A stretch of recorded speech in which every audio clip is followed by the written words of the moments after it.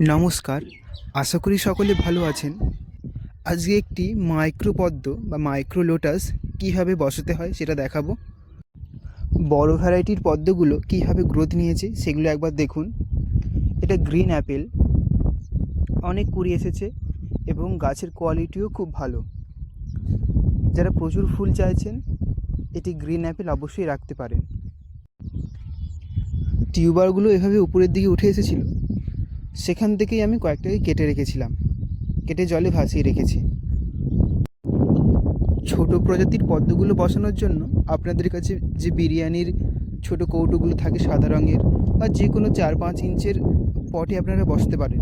এমনকি যদি সিরামিক বা মাটির কোনো ভাঁড় থাকে তাতেও কিন্তু খুব ভালো এই ছোট পদ্মগুলো করা যায়। এই ছোট্ট টিউবার, এটাকে ঠিক টিউবার বলা যাবে না, এটি রানার। এই রানার থেকেই কিন্তু খুব সুন্দর ফুল পাওয়া যাবে। মাটিটায় খুব নরম রাখতে হবে, শক্ত মাটি যেন না হয়, তাতেই কিন্তু খুব সুন্দর ফুল দেবে। পাশেই রাখা গাছটিতে দেখুন কত সুন্দর ফুল এসেছে।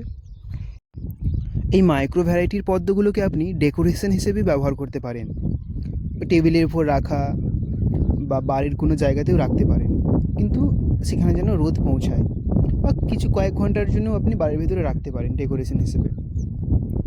দেখুন পদ্মটি আমি বসানোর পর হাতের উপর দিয়ে জল দিয়ে দিলাম। যে কোনো পদ্মই যখন বসাবেন, সেটা ছোটো হোক বা বড়, এভাবে হাতের উপর রেখে জল দেবেন, সরাসরি মাটির উপর জল ঢালবেন না, এতে জলটাও পরিষ্কার থাকবে আর ওভারফ্লো করার প্রয়োজনও পড়বে না।